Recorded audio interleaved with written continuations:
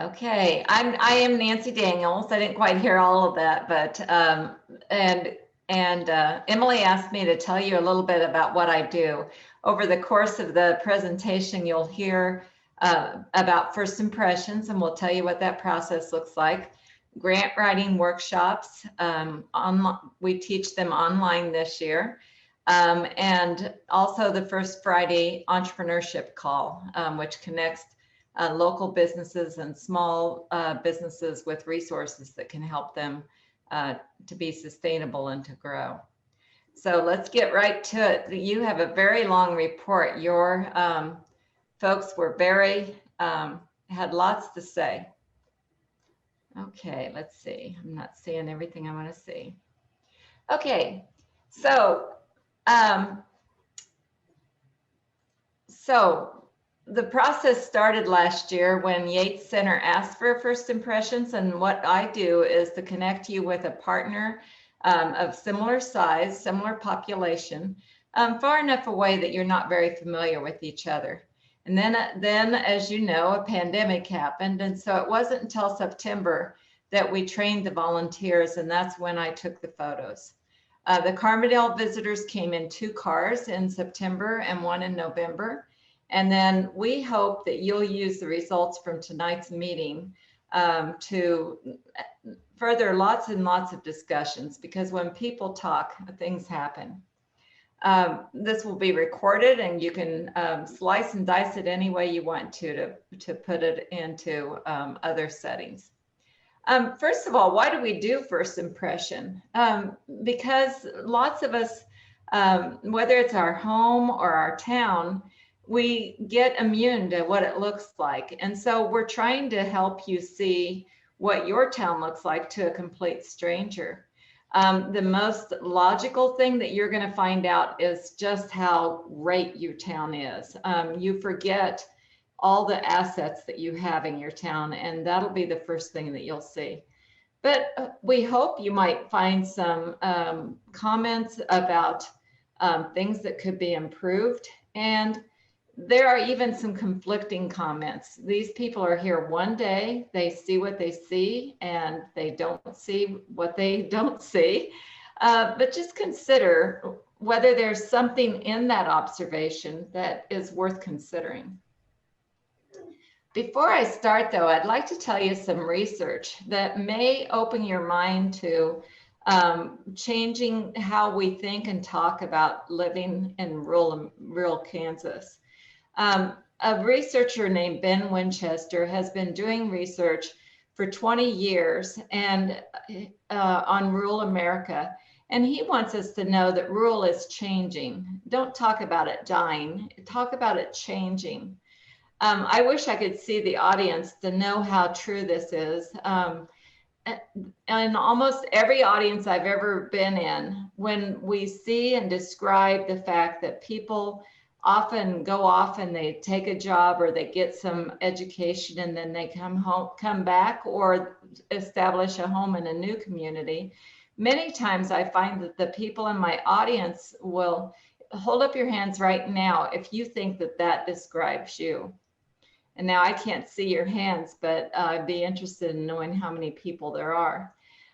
What we're going to talk a lot about what people see online, because probably 2/3 of you were on your phone looking at it before the moment before I started talking, and 10 minutes from now you'll be on your phone looking at it again. That's how we find out information now. And so we have to make sure and tell people what the story that we have and what we want them to know. Guess what? Rural is not in the middle of nowhere. It is in the middle of everywhere. And Yates Center is perfectly placed on one of the busiest highways in Kansas. And as long as you have transportation and internet, you can work one place, live another place, and play another. It's just how we're wired. I live in Topeka, and I chose a job that was 60 minutes from me. And so even being in a large community doesn't change that aspect. Ben wants us to know that in Kansas, 46%, almost half of us moved during 4 years in the latter part of the 1990s. Um, and surprisingly, in a survey of newcomers to rural areas, I believe this survey took place in Nebraska, the reasons people named that they came were for a simpler pace of life, safety and security, affordable housing, outdoor recreation, and boy, don't we appreciate that during this pandemic, the opportunity to get outside and still be safe. Quality schools, and shockingly, a job is not in the top 10 reasons. So that's why when communities work together, they can attract newcomers, but not only that, just create a better quality of life for everyone. We think that in small towns, everyone knows everybody. And usually at first impressions meetings, I often have people in the room that don't even know each other in that room. So really be deliberate about getting to know each other. Ben suggests having a newcomers meal on periodically and letting people see, both the old comers and the newcomers, that there really are people coming into your community every year.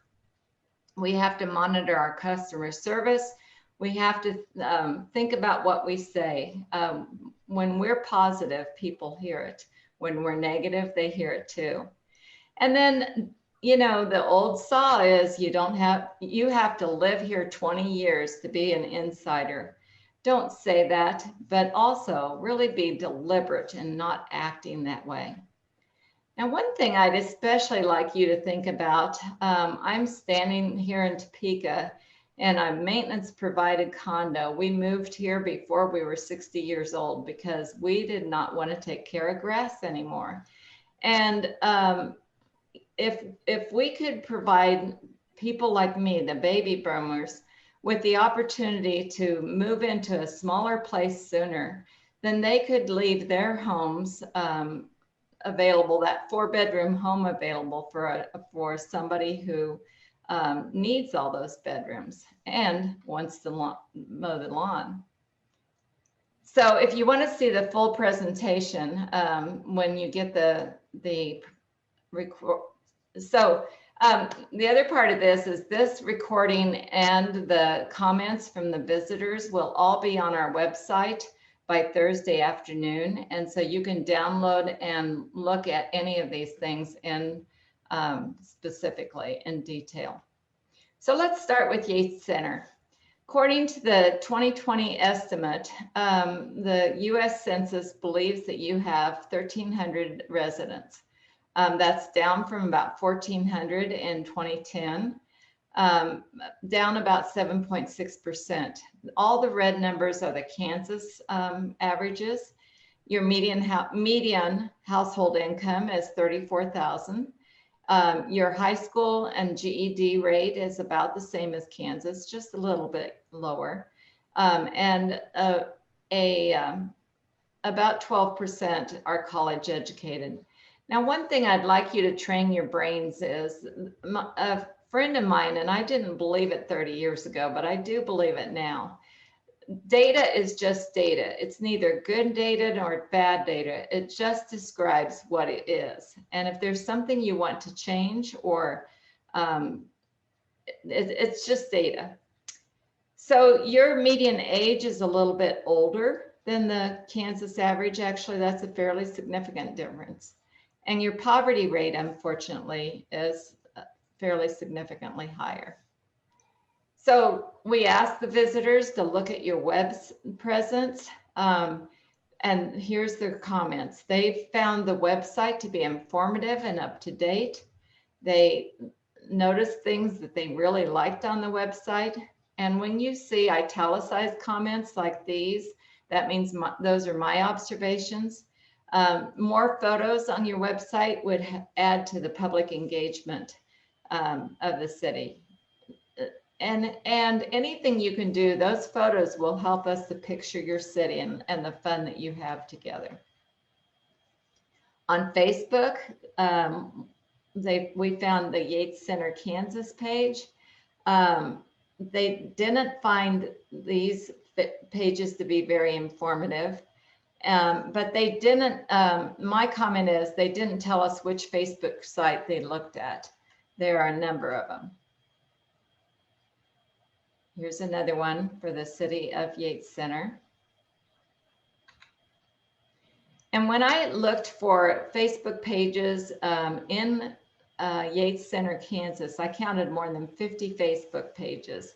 Imagine if you coordinated a little bit how you could co-market with each other. And I'll say more about that at the end of the presentation with examples from other communities.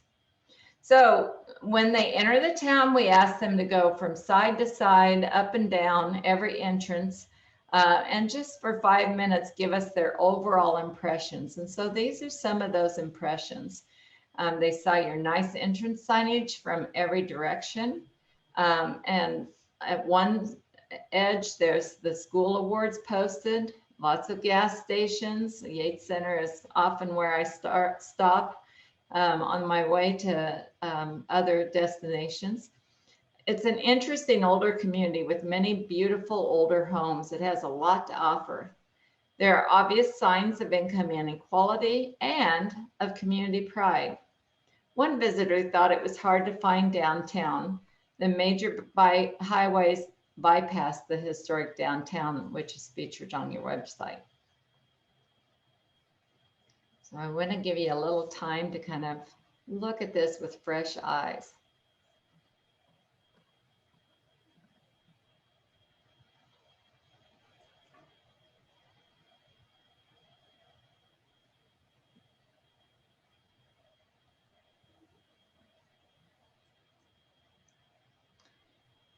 Downtown, and boy, there's a lot of comments here. Most buildings were around the town square were nicely painted and decorated for fall. Many are empty. A visit during the pandemic surely didn't help. Friendly people everywhere they visited. That's fantastic. That's something that's harder to change than other things. They noticed that you're proud of your city. We asked them what kinds of businesses they saw, and that's certainly a nice selection. And this comment actually was in a different section, but it's so prominent in my pictures that I wanted to say that they loved the brick streets in the courthouse square. Now, I don't think that you have in front of you, because the paper version was so long, but just to clarify again, your visitors gave me answers to 14 questions. And on a narrative report, I have compiled every verbatim comment that they made. And so these comments are pulled just in summary form from their comments.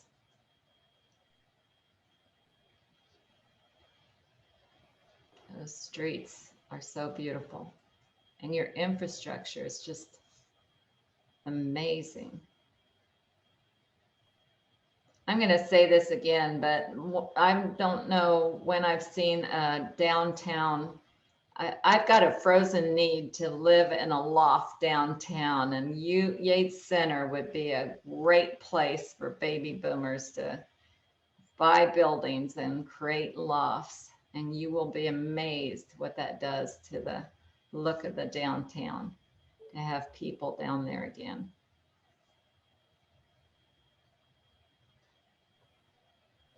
And notice those touches really mean a lot. Your visitors noticed them. My pictures picked them up. Somebody's paying attention to the way your streets, the way you welcome visitors.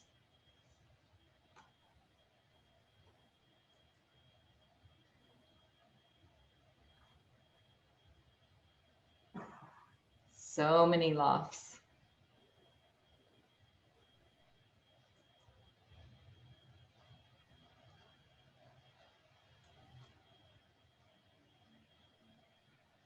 Just goes on and on.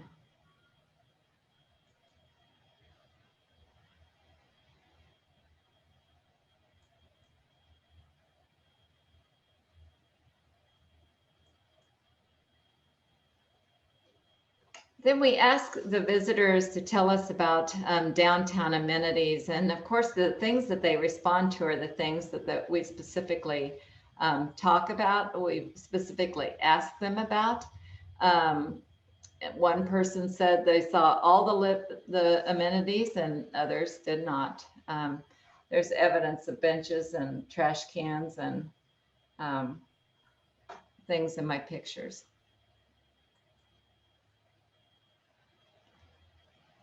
They noticed the two pocket parks, which were dressed lovely and make a nice place for people to congregate. Many are decorated for fall.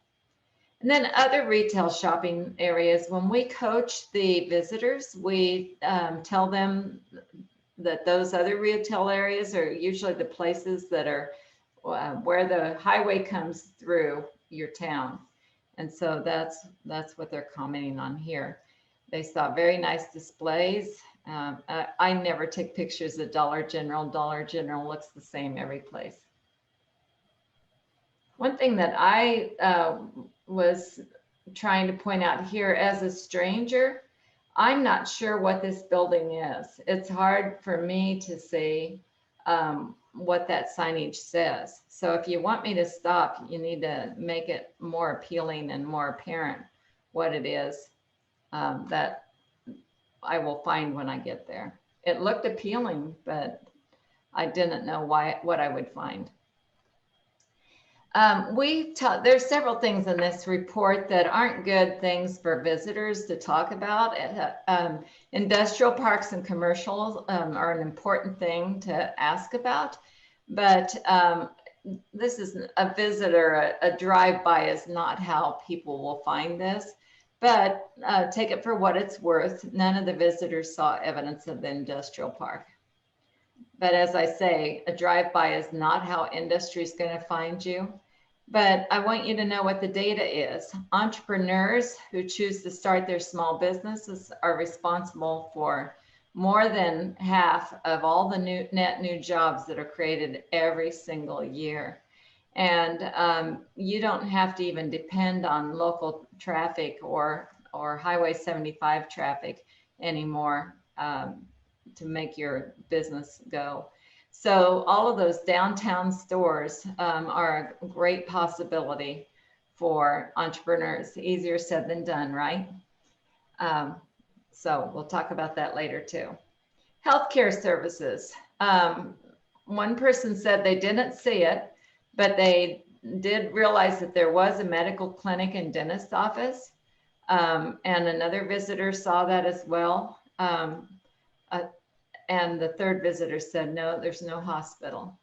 They noticed the ambulance service, and nobody mentioned the optometrist, but since I've got a picture of it, I wanted to note what my picture was of. Healthcare services, you have a large facility for nursing care on the south side. And then housing. You are like most small towns. Mostly we're asking people to just look at what's there without regard to whether or not it's for sale. But Zillow shows a number of homes, prices, and conditions for sale. These are the ones that I saw with signs. One of them has a sign in the window, or did in September.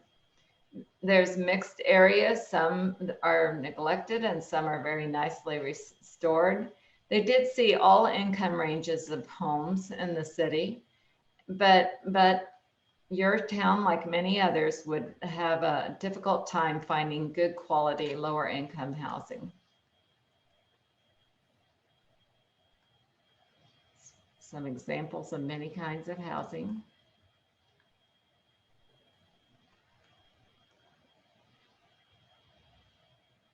I took it that lot was a place that somebody could build, and that may be a mistake on my part.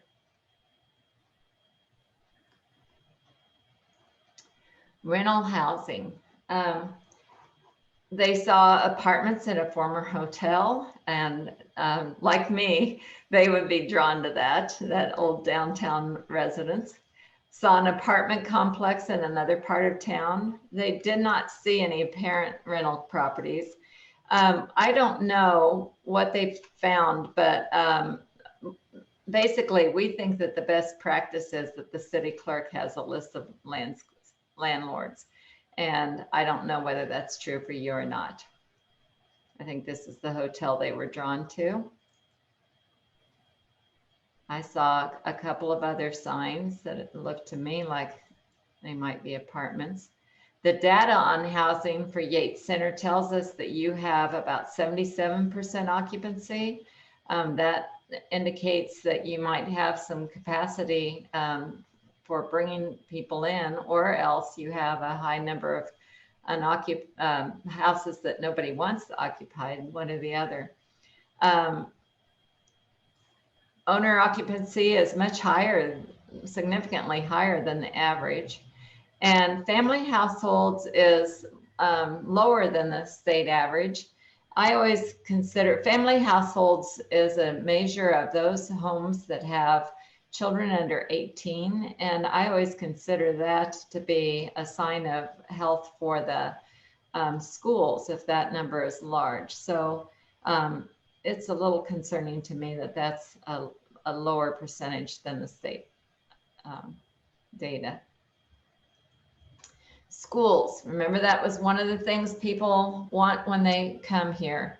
You have a preschool, K through 8, and high school. You're the only school district in the county. One person felt that the elementary school needed some updating. Another person said that they both appeared to be well maintained and in good repair. Earlier, we talked about evidence of school pride, and I captured that as well. That feels good when you go into a town to see people supporting the kids. The Kansas State Department of Education. So again, back to school information, we want to know whether you're telling your story. If it's not apparent to the visitors, then it just didn't happen, right? So the visitors noted that as far as school information, the Kansas State Department of Education supplies the information. One person noted the things that they were impressed with, and there's lots of towns that wouldn't be able to say those things. Current Facebook page has many positive comments and gives up-to-date information about pictures, sports, and events. And one visitor said that some of the online information was not favorable. However, again, we don't know what that was, whether it was the data from KSDA or what it was. It just was, they felt it wasn't favorable. And so my advice is to tell your story. Every town knows why they love their schools. Sometimes it's a particular teacher that takes the kids to the debate championships every year, or the marching band, which the kids just, 40% of the high school is in the marching band because it's so much fun. This year, when I was doing first impressions for Mound City, Kansas, I ran into Mound City, Missouri, and I thought, wow, this is what I've been looking for. This is a good example of, they've got lots of current photos. And then they say right on the front page in a really visible way, what is it about us? Why should you, what's our story? What do you want us to know? What do I want a visitor to know about the Mound City, Missouri schools? And I think, every town loves their schools for different reasons. One reason I saw this year was a large percentage of our teachers are from this area, and they came back to this area and they love this area. So choose your story and tell it, and don't make us look for it. We're Kansans, and so we don't want to brag, but don't think of it as bragging. Think of it as telling your story. Childcare is another area. It's so important both for early education and getting school ready, and the opportunity for families to go to work. But it's just not something that we usually can observe as a visitor. And that's well, um, there's a fairly good reason for that. You don't necessarily want to advertise that. The City Hall, we tell visitors, you know, for that new school, that new teacher that's coming to town, they'd probably go to City Hall. And so we ask the visitors to go to City Hall and ask about this. And in this case, they didn't get the information that they needed. They saw 2 home child cares. I captured 1. Yeah. So the data about childcare for your county, for Woodson County, again, this is for the county, not for the town. According to the desired capacity of the child cares, you have capacity for about 58 children. And then according to Child Care Aware data, you likely have about 164 that are likely to need care. And this is a pretty low number in terms of meeting the needs of your child care, 35%. It's not the lowest I've seen, but it's in that range. So we'd want you to know that Child Care Aware is really happy to be part of any plan that you get together, any group of people you might get together to describe or decide how to improve childcare capacity or quality. Faith and religion. We saw quite a number of churches, and they said well, you should be able to find one that suits your needs, and some very beautiful buildings. And I could see this said town hall, and it was nice that it was so visible. Civic groups. The visitors saw 4-H, Masonic Lodge, and the Senior Center. Apparently there's Rotary and Lions as well. Or no, I'm sorry, that's Masonic Lodge. Masonic Lodge and Lions. Public infrastructure. They really liked the brick streets around the town square. They did not see many sidewalks in the residential area.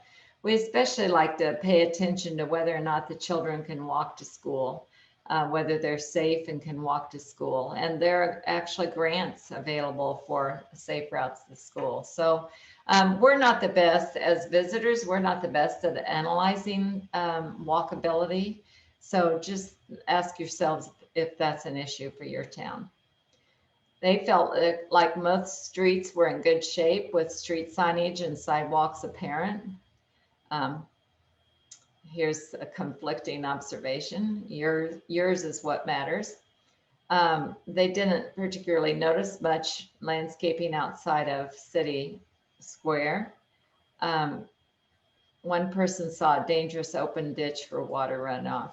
I don't have any clues for you. These pictures are taken quite independently of those visitors, so I don't know what they saw. Varying street signs of varying conditions. I will tell you that it's fantastic that you still have a newspaper. I came to appreciate this in Baldwin City when Baldwin City said, boy, when you lose your newspaper, you know what you've lost. So I hope you'll pay attention and really try to support your local newspaper. It's tough to get the news out if you don't have a local newspaper. At City Hall, they were greeted by a friendly employee. There's lots of printed materials, including maps. Brochures were also available at the restaurant, and one person visited City Hall on Friday of the second visitor's visit in November. Fire and police services, you know, I'm not sure how much it matters that we can tell where the fire department or the police are. But what does matter is make sure that your fire department is trained and has the equipment that it needs. to have to optimize your ISO public protection classification, because that makes a big difference in your fire insurance rates for your homes and your businesses. They saw a wonderfully cozy old Carnegie library, full of county history, a friendly librarian, um, and things that they saw to go visit. City parks, they love the gazebo and the exercise pad. Lots of good comments. Enjoyed the pocket parks. The stadium appeared to need some repair. I often wonder what our towns of every size would look like without those WPA projects. You have baseball diamonds, swimming pool, track. Those are not things to be taken for granted. That's another good visual to show on your website and especially, we tend to take pictures just like mine where nobody's in them. But if you have to, do it during the summertime when the kids are playing ball, and it just looks so fun and reminds you what it smells like, what it feels like, what it tastes like. And they saw the pool under construction.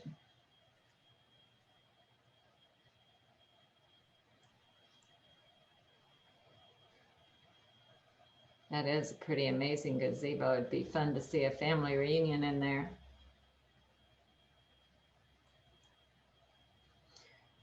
We ask the visitors, is this town known for well known for an attraction or event? They saw the slogan, but they don't know why you're the hay capital of the world. It would be fun to have some history. People are just so interested in history now. And the more that you can explain anything about your town, that just adds interest for those of us that like it.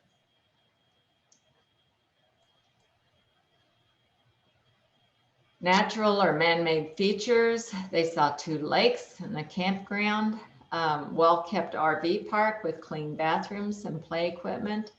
It even has Wi-Fi provided by the city, and they apparently were able to see that. One of the things, and Carla wants you to know that they have a wonderful 4-H fair. But one of the things I often hear from cities is, yeah, we have Wi-Fi, but we don't actually advertise it. And having Wi-Fi just feels like one of those virtual red carpets that you open, the welcome mat for other people when you come into your town. It just creates a real warm feeling. A visitor center, and you have a chamber of commerce, which is a little bit unusual for a town your size. So, I don't think you should feel bad that it was closed on that day, as long as you have coverage in both places. What would bring you back? They had eaten at Vaqueros and they loved it. And another person said, I'd enjoy another day just walking around and taking it all in. The pandemic, without a doubt, really plays into people's willingness to get out of the car and explore. You are blessed with some good restaurants and nice selection. The most positive observations, I try to include these almost verbatim because I think these last comments are the most important ones. The general atmosphere, the friendliness, and the old buildings. Boy, that's why I took so many pictures. The citizens are friendly and proud of their town. And what a great comment. This town has most anything you might need, whether you're 9 or 90 in this area. I mean, these are comments you can put on your website. First impressions visitor. Obvious potential. They like the quilt squares on the building, houses and fences were on the buildings and the houses and fences throughout the city. They were fun to look for and see the different patterns and colors. The biggest obstacles or challenges, all the empty buildings. That's an obstacle, but it's also an opportunity. The same is faced in all small communities, older structures that struggle to maintain a dwindling population. This person says a lack of commercial or industrial or businesses that could provide good employment was evidence. Significant distance to a larger city that could offer employment. 6 months from now, what will you remember? All the old buildings in the city square. The barber who talked to us and the coffee cup cabinet, the hotel turned into apartments, and the giant gazebo at the park and the stadium. Bill the barber, I will definitely return to have another look, maybe bring my husband to eat at Vaqueros. I'd like to revisit. Yeah. And it's just true. It really is a subdued feeling to come during this time. We just are a little bit reluctant to step into buildings. The purpose of First Impressions is really to get people talking. It's so easy to talk about our problems, and when we do that, our conversations lead us into a downward plunge. But on every side, on the opposite side of every problem is an opportunity, right? So here's some data that works in our favor. Believe it or not, a researcher for Tulane University said there isn't a community in America, particularly in coastal America, we are not seeing a transition from the coast to higher ground. According to KDOT, you have, this is pretty old data, but there's a significant number of, this from observation, that you have a really significant number of cars that flow through on every side of you every day. So just some quick recommendations. I would, just over and over tell you to tell your story. Add photos, show us what things look like in action. Somebody saw Linda truck. That sounds fantastic. Photos will help us to picture your small town and the way that you're connected to each other and the way that you help each other. I was in a little tiny town north of Manhattan, and they probably had 4 businesses, 4 buildings on Main Street, and half of them were empty. And yet when I sat down with their town, they said, we have 35 businesses here. And I know that my face must have looked really shocked, because when you include all the people that are doing businesses, self-employed people who do it from their homes, it tells a much different story. And then healthcare, you might consider putting a tab for healthcare.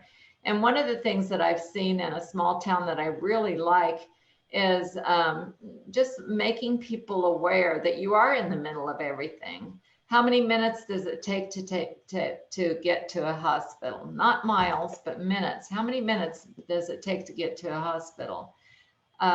Tell your school story. Oh, and just to finish that thought, if you live in Overland Park, Kansas, it may take you 30 minutes to get to the hospital too when you fight the traffic. Tell your school story. Why do you love your schools? I don't know for a fact that you don't have this, but make sure that you have childcare and landlord information at City Hall. It's impossible to keep up with whether or not it's available, but just to know whether or not who the landlords are so that people can call is helpful. Get involved. Your Revitalized YC group is just so inspirational to me. And one of the things that I just want you to encourage you to do, I'm going to tell you about another resource pretty soon. It's called Idea Friendly Towns with Deb Brown and Becky McCrae. And the idea of Idea Friendly Towns is that you step away from consensus and procedure, and you just create the opportunity for everybody to take an idea and run with it. Don't, be encouraging. Don't don't discourage anybody. And on this has a link to show you Deb Brown's experience in Webster City, Iowa, about filling empty buildings. And I just think that your downtown has such potential there. For those of you that would like to take a day trip, go up to Holton, Kansas. Holton is about 45 minutes from me. And so I'm there, not on an irregular basis. And the last time I was there, I looked around town square and I just, seriously, I said to somebody, what is happening here? It's never looked so good. And the following weekend in the Topeka City paper, City Capital Journal, why there was an advertisement for loft, come see Holton's Loft Homes. And up in Holton, they have created apartments, they are creating homes for retirees, and the retirees are buying the whole building and then refurbishing the lot, maybe even often putting in an elevator at the back so that they don't have to carry their groceries upstairs. And it just has made a spectacular difference in how their town square looks. So I'd really like to thank our visitors, Sarah Standridge, who just had a baby, Nick Morrison, and Mark Reinhardt, who went to Carbondale and gave comments. And so the next steps then are to start talking and find ways to aspire to be an idea-friendly town. And I'm gonna, before we stop and have a little conversation, I want to tell you about a few resources, and this will tell you more about what K-State Research and Extension does. We have Pride Communities, and this year in 2020, we celebrated our 50th year. That is a partnership between Kansas Pride, the Department of Commerce, the Kansas Department of Commerce, and the Masonic Lodge. And it's a way for communities to identify what they'd like to preserve and create and improve, and helps people to really work together. I mentioned the grant writing workshops. Several of your Revitalize YC people came to an in-person workshop in November. Carla has held one in every county of her district now, I think, for the last 3 years. And then every Friday we hold the first Friday e-call. It's meant to connect small businesses and communities. We call it the e-call for entrepreneurship call. And we have a calendar of events that tells you what the upcoming calls are. In April, we're going to hear from the Sunflower Foundation, who finances a lot of walking trails, and they're going to tell us about the economic value of trails to your community. And she's bringing guests who will tell what their personal experience is.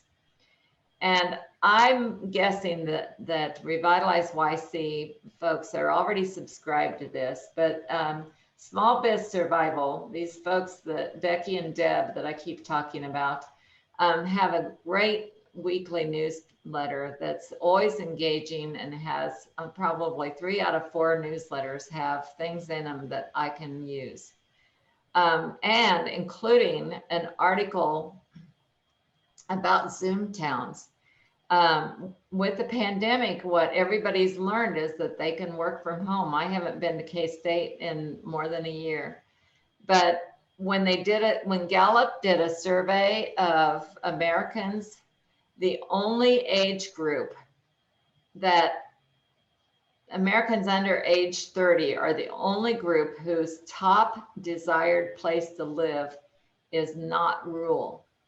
And even for that age group, number 2 was rural, even for that group.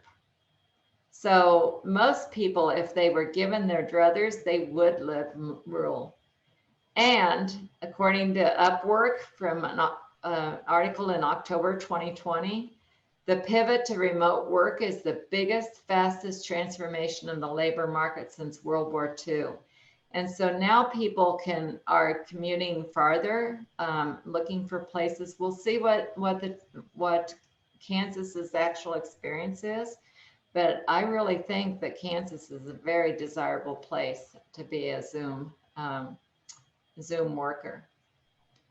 Um, this is the same people that I'm talking about. Here's the idea-friendly town. Don't talk about what this town used to be. Talk about what the possibilities are here. And collaboration between businesses. This was just in January in Little Maple Hill, Kansas. It's basically got two businesses and they coordinate with each other so that they can encourage visitors to come and help both of them. We want you to know that the Kansas Department of Agriculture would be happy to have a community meeting talking about what are the best opportunities for growth based on the assets of your region. And the Kansas Healthy Food Initiative. The Kansas Health Foundation is really getting involved in a lot of networking opportunities to help people. I think they're getting a lot more effective, and you need to really pay attention to all the initiatives here. One of them is K-State with the Kansas Healthy Food Initiative, sometimes called the Rural Grocery Initiative. So that's our presentation. You have my contact information, and now we're going to stop sharing and talk about what you've learned.